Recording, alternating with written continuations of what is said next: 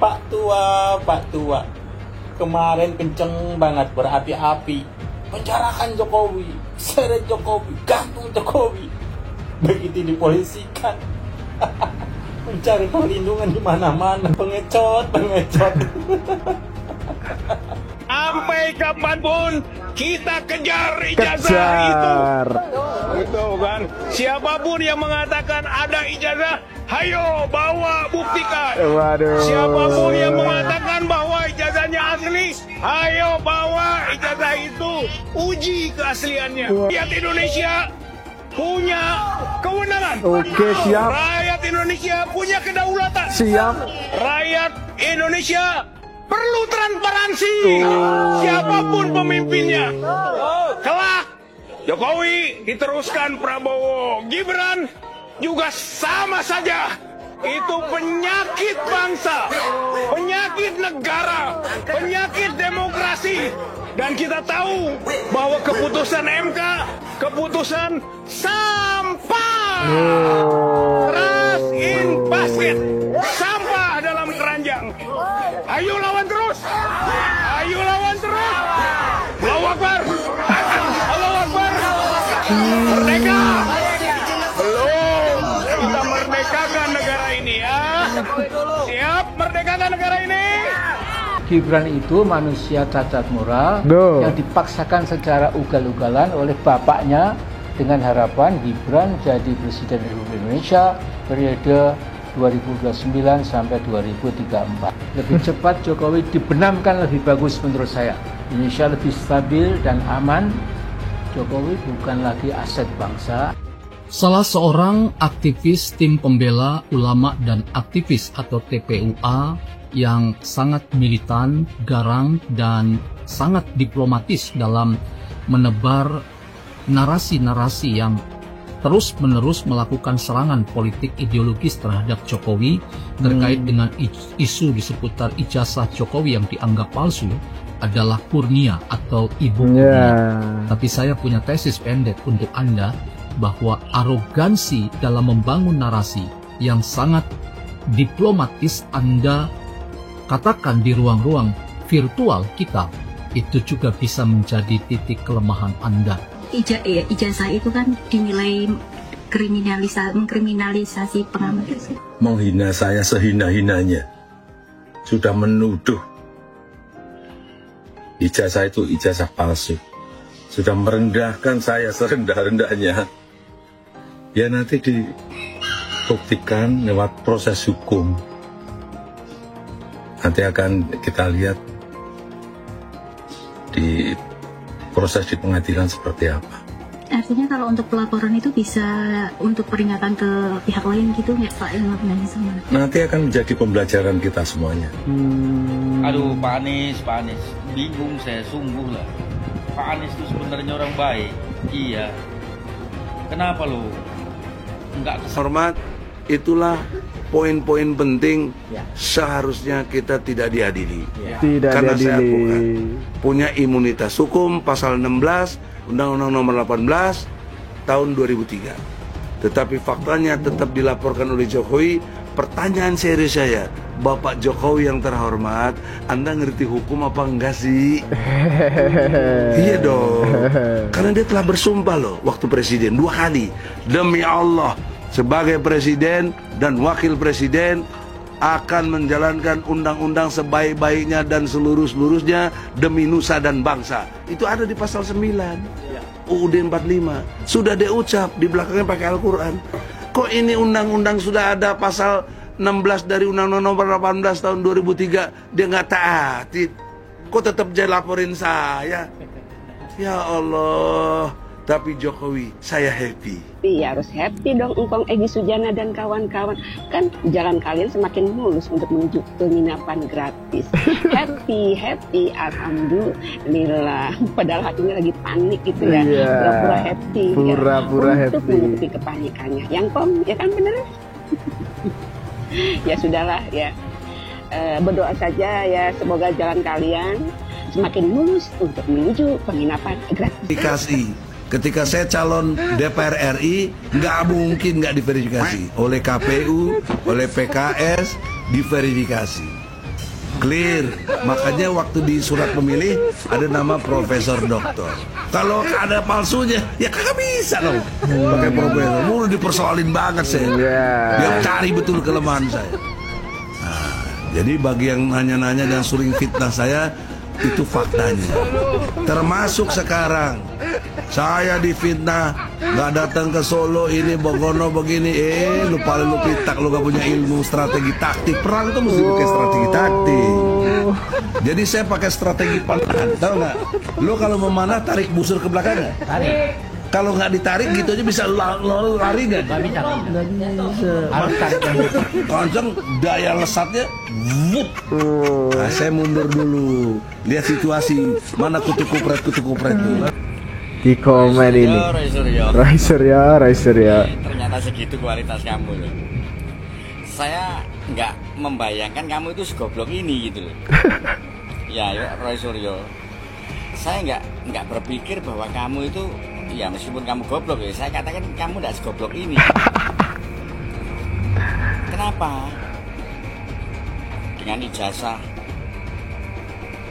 lulusan sarjana, lulusan UGM, ya benar, magister, pernah menempuh ilmu kesehatan masyarakat apa itu ya.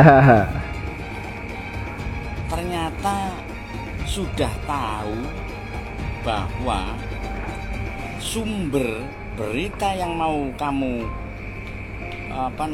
angkat, kamu sebarluaskan, sumbernya tidak jelas. Yang mana saya katakan tidak jelas karena si pemberi foto ijazah, dalam hal ini Sandi Utomo, itu tidak mendapatkan langsung dari Pak Jokowi.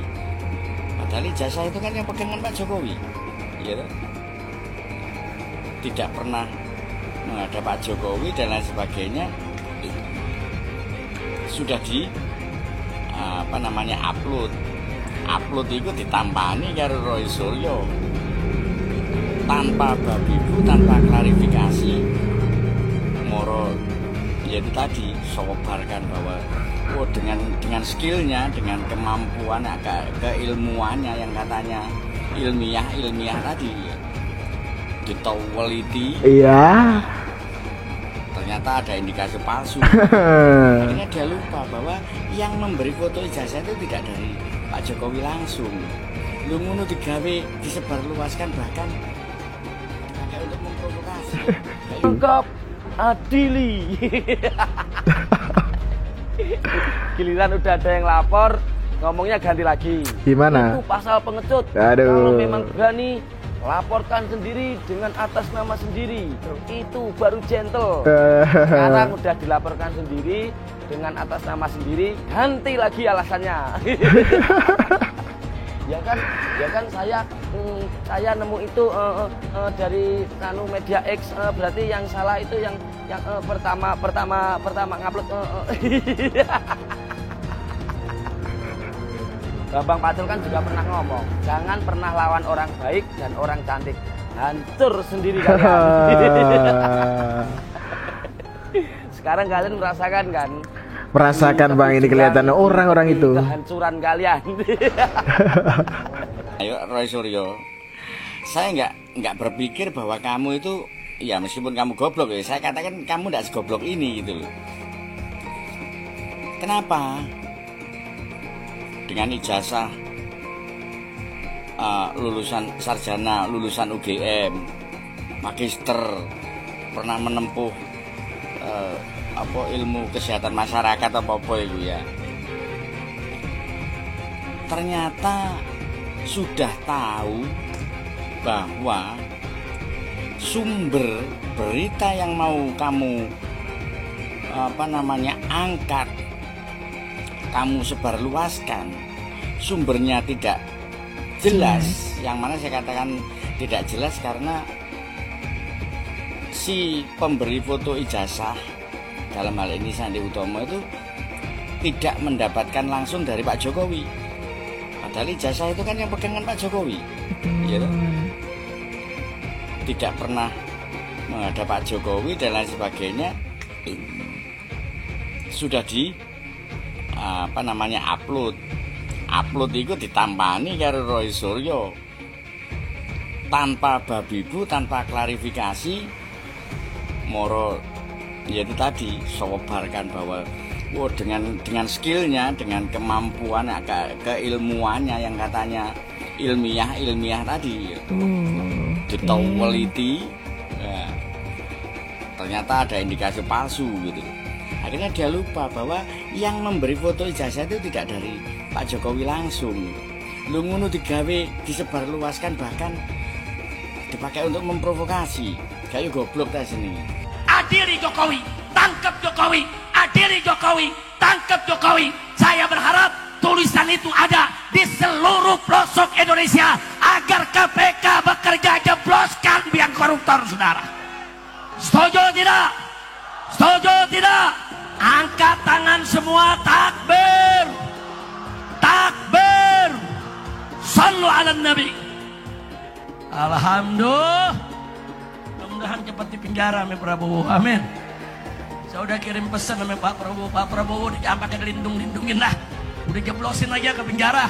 Biar dia busuk di penjara. Amin. Amin. Kalau Bapak Presiden Prabowo jebloskan Jokowi ke penjara, setuju gak?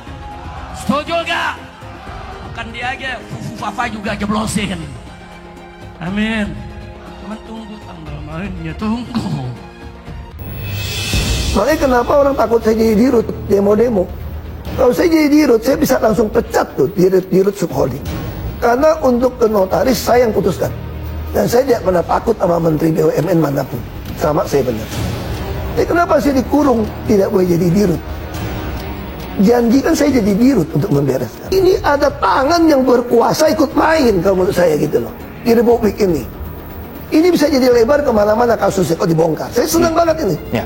Saya ingin masyarakat itu mengerti bahwa akar masalah Republik Indonesia adalah korupsi dan kemunafikan. Jadi orang semua saling sandra menyandra, ada dikasih jabatan wewenang. Makanya saya bilang pemerintah saat ini kalau tidak mau memperlakukan e-katalog di LKPP pengadaan bahan migas, saya berani jamin cuma mau ganti pemain. Ada yang mau makan itu uang. Oke. Saya mau tegaskan seperti itu aja. Alasannya itu bahwa Agung Sedayu melakukan pembangunan. Bapak-bapak, ibu-ibu tahu nggak?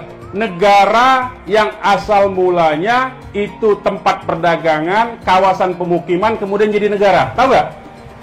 Yang paling dekat itu Singapura. Singapura itu dulu tanahnya milik Melayu. Orang-orang pendatang Cina dari Republik Rakyat Cina datang ke situ, di backup oleh Inggris, didirikan pelabuhan, diberi tempat, diberi tanah, kemudian didatangkan orang-orang Cina sebanyak mungkin sehingga jumlah Melayunya kalah. Jadilah dia negara Singapura. Sudah ada contoh, sudah banyak contoh, dan sampai sekarang contoh itu masih berlaku. Orang-orang pendatang yang tadinya hanya kawasan pemukiman dan perdagangan, lama-lama jadi negara sendiri. Itu sudah ada, bukan hayalan. Jadi jangan dianggap ini membohong. Wahai cucu-cucu Senawawi Al-Bantani, wahai keturunan Sultan Banten, saya menyeru, ini perjuangan rakyat Banten. Banten dijajah, Banten diintimidasi. Ayo kita bersatu untuk berjuang. Hadirin sekalian, saya sampaikan, hei Aguan, ini bukan masalah rasis, bukan. Ini bukan masalah etnis, bukan. Ini bukan masalah agama, bukan. Hei Aguan, saya sampaikan kepada kamu, Aguan, walaupun engkau punya segala-galanya, engkau punya uang, harta yang berlimpah, engkau bisa beli oknum-oknum pejabat, engkau bisa beli oknum-oknum perangkat negara dengan kau punya uang. Walaupun kau bisa beli partai-partai politik atau oknum-oknum anggota dewan, wahai Aguan, kau punya uang, kau punya harta, kau punya segala-galanya. Akan tetapi ingat, selama kami pemuda-pemudi Islam Indonesia, kami bangsa dan rakyat Indonesia yang telinga kami selalu terbuka untuk mendengar jeritan-jeritan saudara-saudara kami, telinga kami terbuka mendengar jeritan, teriakan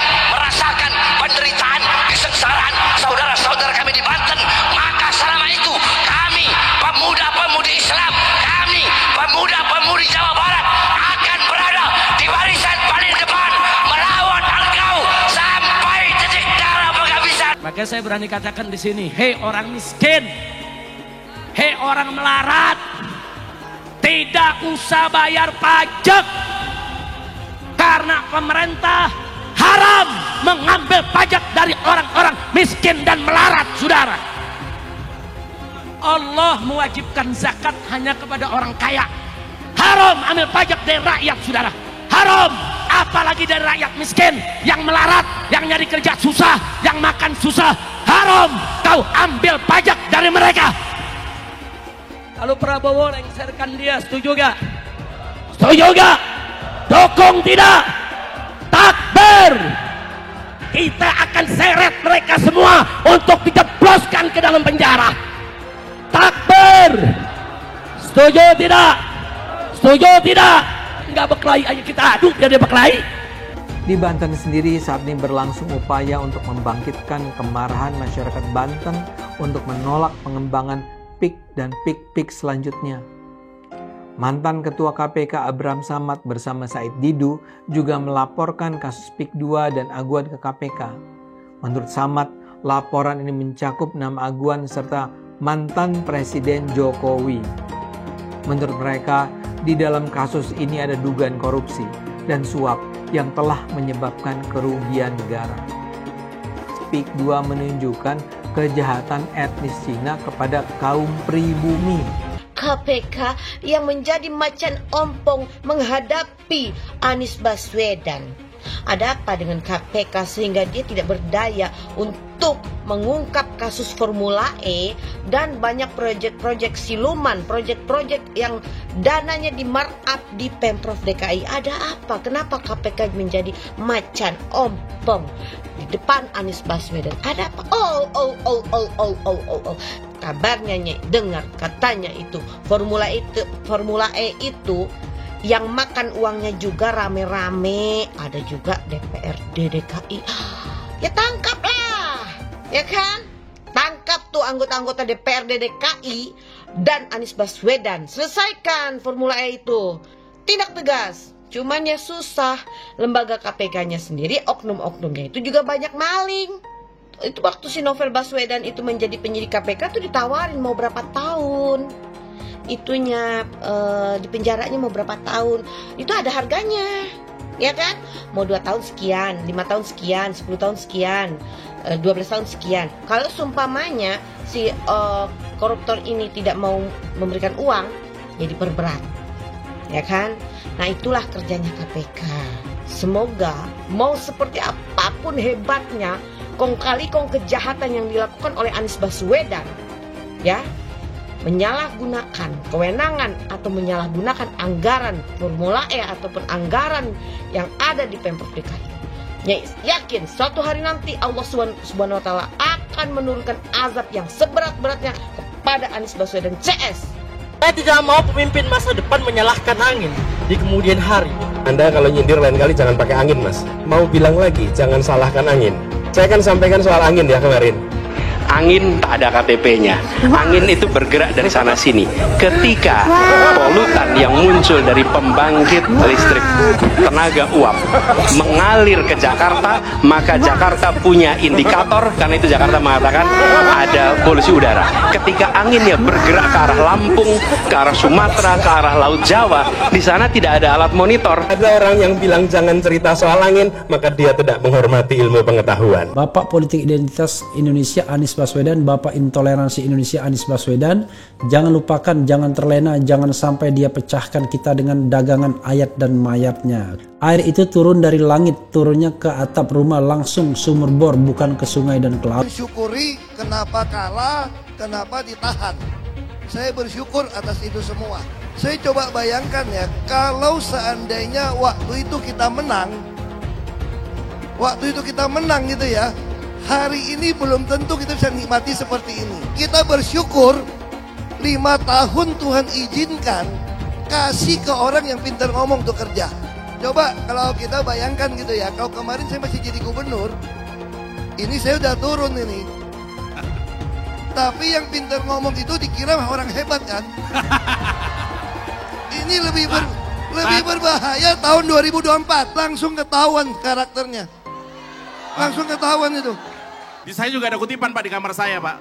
Tulisannya, Jakarta telah mengambil keputusan yang fatal. Dan ini aneh, betul-betul aneh. Ini bukan kampanye, tapi saya sampaikan di sini. Di satu sisi menyiapkan jalur-jalur air untuk dikirim ke laut, di sisi lain di lautnya dipasang dengan pulau reklamasi. Tinggal tunggu waktu jadi rob, air balik. Dan ini melawan sunnatullah. Kenapa? Air itu turun dari langit ke bumi, bukan ke laut.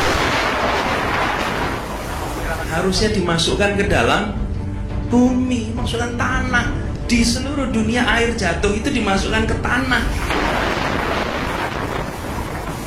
bukan dialirkan pakai gorong-gorong raksasa ke laut. Jakarta telah mengambil keputusan yang fatal. Bukan banjir, itu memang parkir air. Bukan banjir, itu memang parkir air. Penjajahan di depan mata itu di Jakarta. Di tempat lain penjajahan mungkin terasa jauh, tapi di Jakarta, bagi orang Jakarta, yang namanya kolonialisme itu di depan mata, dirasakan sehari-hari. Dulu kita semua pribumi ditindas dan dikalahkan. Kini telah merdeka, kini saatnya kita menjadi tuan rumah di negeri sendiri. Hai semua, nama saya Johannes Leong. Saya adalah investor saham, forex, dan juga kripto. Channel ini banyak membahas tentang berita terkini, edukasi finansial, investasi, dan lainnya.